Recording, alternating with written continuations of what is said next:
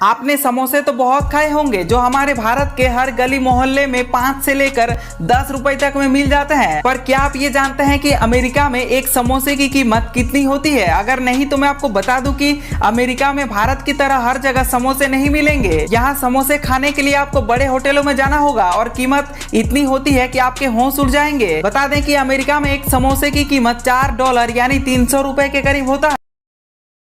ये तो आपको पता ही होगा कि भारत के सबसे अमीर व्यक्ति मुकेश अंबानी है, लेकिन क्या आपको ये पता है कि भारत की सबसे अमीर महिला कौन है? अगर नहीं तो मैं आपको बता दूं कि भारत की सबसे अमीर महिला ओपी जिंदल ग्रुप की चेयरपर्सन सावित्री जिंदल है। इनकी संपत्ति केवल 1 साल में 3 गुना बढ़ चुकी है। बता दें 40,000 करोड़ से बढ़कर अब इनकी कुल संपत्ति 1,20,000 करोड़ की हो चुकी है। दोस्तों, क्या आप जानते हैं कि हमारे देश को 3 अलग अलग नामों से पुकारा जाता है? भारत, हिंदुस्तान और इंडिया। बट क्या आप जानते हैं कि ये 3 अलग अलग नाम हमारे देश के कैसे पड़े? नंबर 1, भारत। हमारे देश का नाम भारत पौराणिक राजा भरत के नाम से लिया गया है। इनका साम्राज्य कश्मीर से कन्याकुमारी तक फैला हुआ था।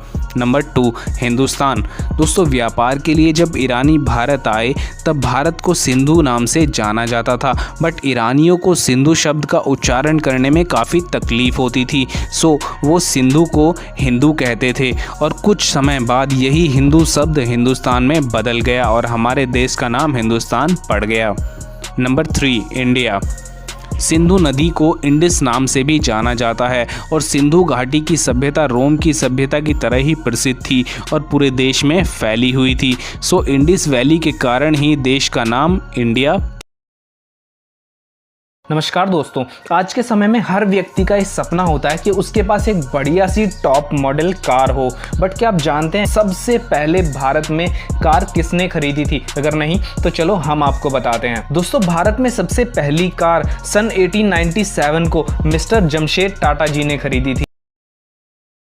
कोयले से बिजली बनाने के लिए सबसे पहले कोयले को ट्रेनों द्वारा थर्मल पावर प्लांट के कोल यार्ड में लाया जाता है। फिर उस कोयले को स्टोरेज से उठाकर क्रशर में भेज दिया जाता है, जहां कोयले के छोटे छोटे टुकड़े कर लिए जाते हैं। फिर उसे बाउल मिल में पीसकर पाउडर बना दिया जाता है, जिसके बाद उसे जलाने के लिए बॉयलर मशीन में डाला जाता है, जो चारों तरफ से पानी से भरे पाइप से घिरे होते हैं। और जब कोयला जलता है तो पाइप में मौजूद पानी गर्म होकर भाप बन जाता है। अब उस भाप को पाइपलाइन की मदद से टरबाइन तक ले जाया जाता है, जहां भाप की ऊर्जा से टरबाइन घूमती है और टरबाइन के घूमने से ही वो जनरेटर भी घूमने लगता है, जो टरबाइन से कनेक्ट होता है और उसी जनरेटर के घूमने से ही बिजली उत्पन्न होती है।